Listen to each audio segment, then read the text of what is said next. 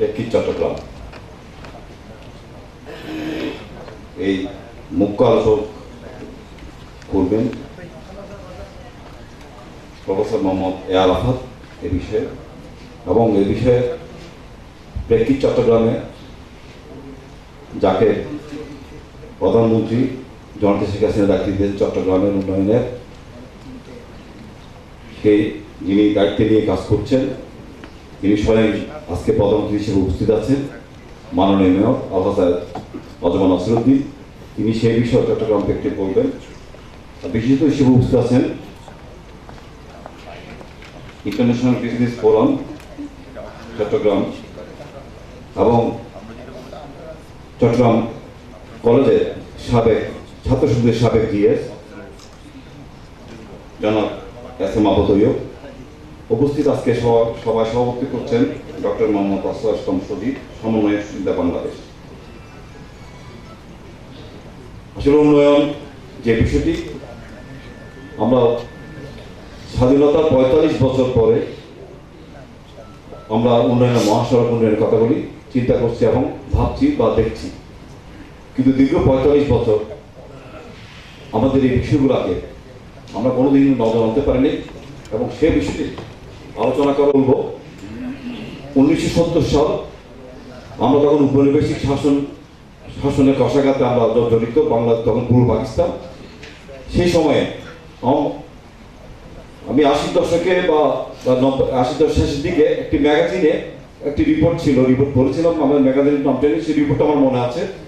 1970 সালে সাউথ কোরিয়ার economic condition বা তাদের যে ইকোনমিক প্রবৃদ্ধি যেটা, এবং তাদের সাথে পূর্ব পাকিস্তান, আজকে বাংলাদেশ একই সমান ছিল, প্রবৃদ্ধি ইকোনমিক যে কন্ডিশন একই সমান ছিল, কিন্তু সুবিধা ছিল আমাদের অন্যান্য যে বিষয়গুলো আছে, বনজ সম্পদ আমাদের, তারপর রিসোর্সগুলো আমাদের ছিল বেশি, সামুদ্রিক সম্পদ, মৎস্য সম্পদ, অ্যাগ্রো, এই বিষয়গুলো সাউথ কোরিয়া থেকে আমরা কিন্তু অনেক বেশি ছিলাম।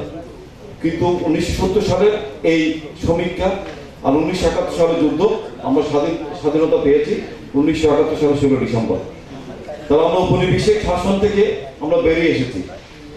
70 সালের সাউথ কোরিয়ার সাথে আমাদের ইকোনমিক কন্ডিশন একই ছিল, স্বাধীন দেশে আমাদের রিসোর্স ছিল বেশি।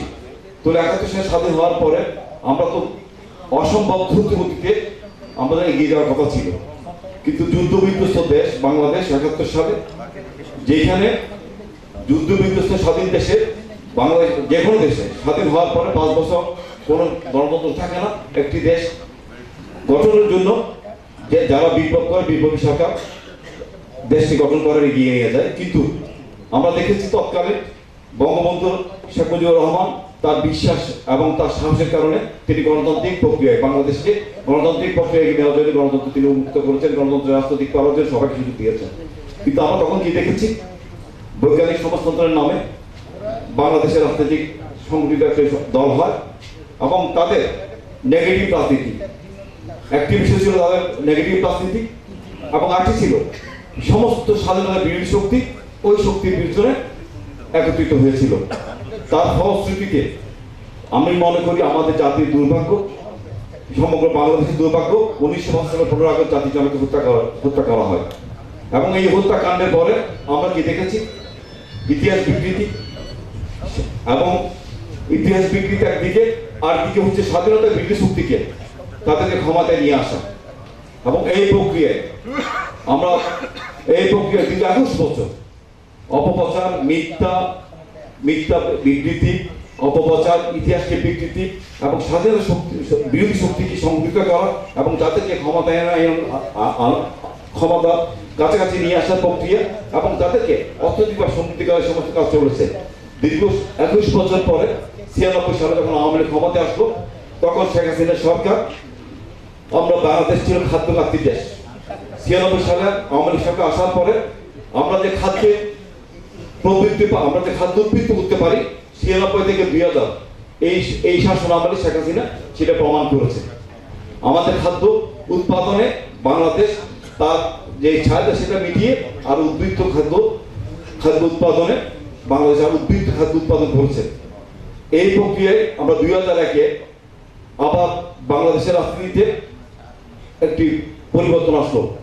আমরা খুব কাছ থেকে দেখলাম, আমরা স্মৃতিতে আমার সবার কাছে আছে। ওই প্রক্রিয়ায় আমরা দেখলাম কি স্বাধীনতা যারা সরাসরি বিরোধিতা করেছে তাদেরকে মন্ত্রিত্ব পদ বসানো হয়েছে। বাংলাদেশে রাজনীতিতে স্বাধীনতার পক্ষের শক্তি এবং বিপক্ষের শক্তি এই বিতর্কতা রেখে আমাদের উন্নয়নের কর্মকাণ্ড, উন্নয়নের অর্থনীতি কি হবে, আমাদের শিক্ষানীতি কি হবে, এই সমস্ত আলোচনা সমস্তভাবে বন্ধ করে দিয়ে একটি অকার্যকর রাষ্ট্র পরিচালনা করার একটা প্রক্রিয়া সেই সময় নিয়েছিল। এবং আপনারা দেখেছেন জঙ্গিবাদকে তারা উৎসাহিত করেছে, তারা পৃষ্ঠপোষকতা করেছে, জঙ্গিবাদকে তারা সহায়তা করেছে, প্রশাসনিকভাবে সহায়তা করেছে এবং সমগ্র বাংলাদেশে জঙ্গিদের একটি আস্থার গড়ে তোলার একটি প্রক্রিয়া নিয়েছে। এই প্রক্রিয়ায় আমরা বাংলাদেশের সমস্ত অঞ্চলগুলোকে ধ্বংস করার একটি সর্বশেষ তারা ষড়যন্ত্র করেছে। এই দেশের মানুষের আবার আন্দোলন সংগ্রাম জনতা শেখ হাসিনার নেতৃত্বে আমরা আবার দেখলাম 1/11, তারপর বিভিন্ন প্রক্রিয়ায় আবার শেখ হাসিনা ক্ষমতা আসলেন।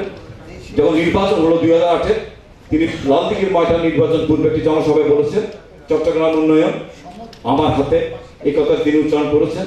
এবং সেটি খুব স্বাভাবিক, কারণ যে কোনো বিষয় হচ্ছে যে প্রাকৃতিক যে সম্পদগুলো রয়েছে, বিশেষ করে বন্দর, কারণ বিশ্বে এখন যোগাযোগ ব্যবস্থা হচ্ছে উন্নয়নের প্রথম সত্য। উন্নয়ন কর্মকাণ্ডের যোগাযোগ বিষয়টা যত উন্নত হবে তত উন্নয়নের ধারাটা তত গতিতে সেই গতিতে এগিয়ে যাবে। সেই কারণে আন্তর্জাতিক যে উন্নয়নের যে আন্তর্জাতিক যোগাযোগের যে ব্যবস্থা সেটা চট্টগ্রাম বন্দর, এবং চট্টগ্রামের উন্নয়ন হলে সমগ্র বাংলাদেশ উন্নয়ন হয়, এটা কতটা সত্য। এবং এই প্রেক্ষিতে গত মেয়র নির্বাচনে জনটি শেখ হাসিনা আস্থা বদল এবং বিশ্বস্ত আদম নাসিরকে তিনি মনোনয়ন দিয়েছেন এবং এই দেশের চট্টগ্রামবাসী তাকে নির্বাচিত করেছেন। এই প্রেক্ষিতগুলো আপনি আলোচনা করবেন। আমি শুধু একটি কথা বলতে চাই, আমি এই কথাগুলি বলার কারণ হচ্ছে যে কোনো উন্নয়নের রাজনৈতিক প্রয়োজন রয়েছে, রাজনৈতিক সদিচ্ছা এবং রাজনৈতিক কর্মকাণ্ড। এই বিষয়টা যদি সুস্পষ্ট না থাকে তাহলে যে কোনো ধাপ, যে কোনো কর্মকাণ্ড মুক্তভাবে বলতে পারে এবং যে কোনো কনস্পিরেসি সেখানে সফল হতে পারে। যেমন 1905 সালের 15 আগস্ট জাতিসংঘের হত্যাকাণ্ডের পরে বাংলাদেশের 21 বছর এই দেশকে পিছিয়ে রাখা হয়েছে।